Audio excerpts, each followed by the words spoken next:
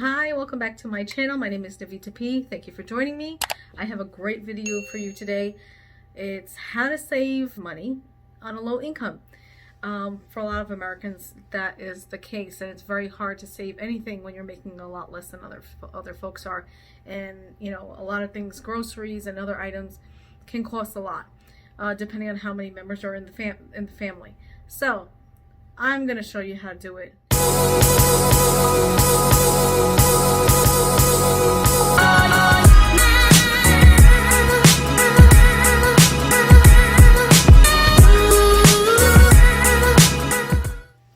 So the first thing you should think about, I think, if you're trying to save money and you need to really cut your expenses, the first thing you should think about is your living situation. Do you have a mortgage? Do you own a home? Do you have a mortgage? If not, do you rent? Is it possible to downsize and maybe instead of owning a home and paying a large mortgage and having to pay property taxes and property insurance and real estate taxes, maybe it would be best to live in an apartment so that you can save more money that way. That is one route. A lot of people do, or they get comfortable with their houses. They don't want to give that up. It's understandable, but if your goal right now is to save a lot of money, then maybe your housing situation should be changed. The other thing you could think about also is renting. If you're a renter and you're renting a 3-bedroom apartment and you're spending, let's just average $2,500 a month for 3 bedrooms, and you're a single person, do you really need all that space? You probably don't. You're probably using it for storage or maybe when guests come over. It's totally understandable, but if you want to save more money, maybe you should consider renting out those rooms. Now we've already talked about housing. Why don't we also talk about our debt? If you have a lot of debt or if you have some debt, you might feel you're struggling to pay the debt before you can even save. So it really depends. If you have a large sum of debt, you really should tackle your debt before you really start saving. Because if you tackle your debt now, you can easily save even better in the future, because the monthly payments that you make towards your debt could be used in your savings. So try to figure out other ways to tackle all the debt that you have and put more on it every month so that you can be able to save that money. Now in that situation of having a low income, it's going to be very hard to save on a low income if you're having all this debt. Now, the first thing, what I would do if I were in your situation, I would call up my lenders, call up my creditors. Call them up and ask them. Say, hey, I'm making X amount of money every month. I want to know how I can pay down my bills and pay down my debt, but I have other bills to think about as well. There are other options in that way. You can also write down your budget or go on Excel and just type in what your expenses are every month. When you go into the grocery store, you have your list, or even it might be on your phone, and you might be going through your phone and you're like, okay, I need these 5 items. I'm at the grocery store, I have 5 items I need to get. Okay, I'm gonna go pick them up and I'm going in the shopping cart and I'm putting them in.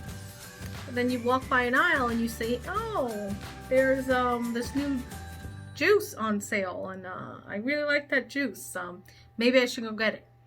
Or I needed some extra packs of toilet paper. I'm gonna go pick that up. Or really you should budget your grocery list, and the way I would do it is to put down every single item that you need, not what you want, only the items that you need, and those items are the essential items.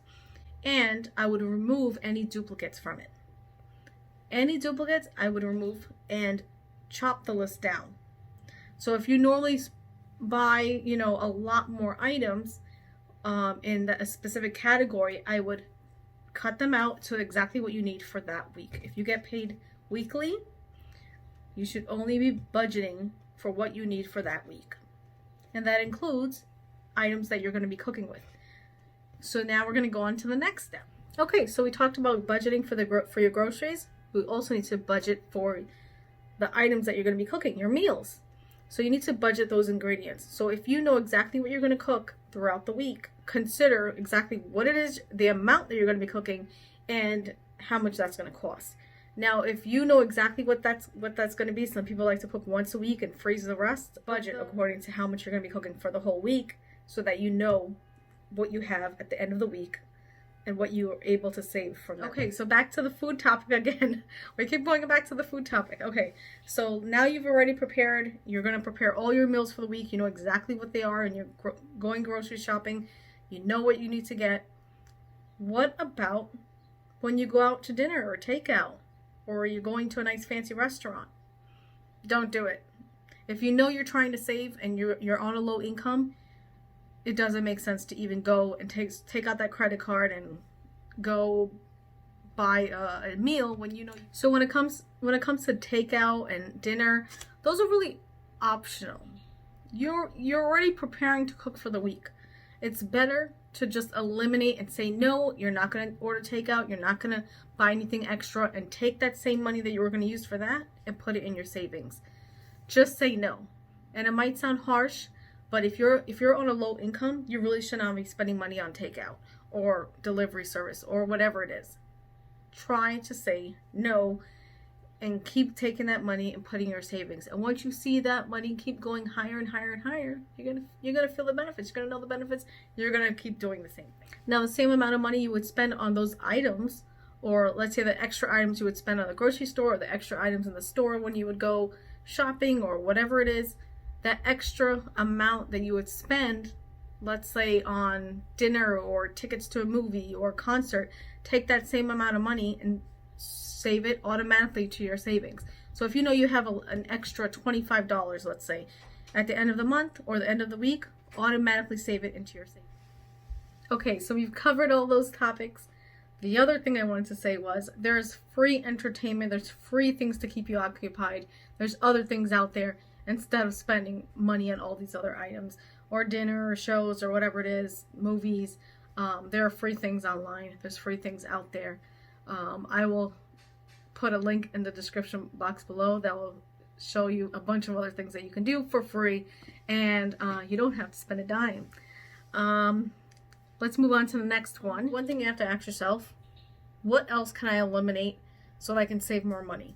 Now, if you're on a low income, it's going to be very hard for you, especially if you have a lease, a car lease, or if you purchased a car and you put that on credit and you'll be paying that every month. Either way, it's a big chunk of your income that's being eliminated. Now, if you're not taking that vehicle to work every day, you're not dependent on that vehicle, and if there's another way of going around it by taking a bus or another means of transportation that is a lot less or cheaper than it is to own a car or to lease a car, then you might as well do that.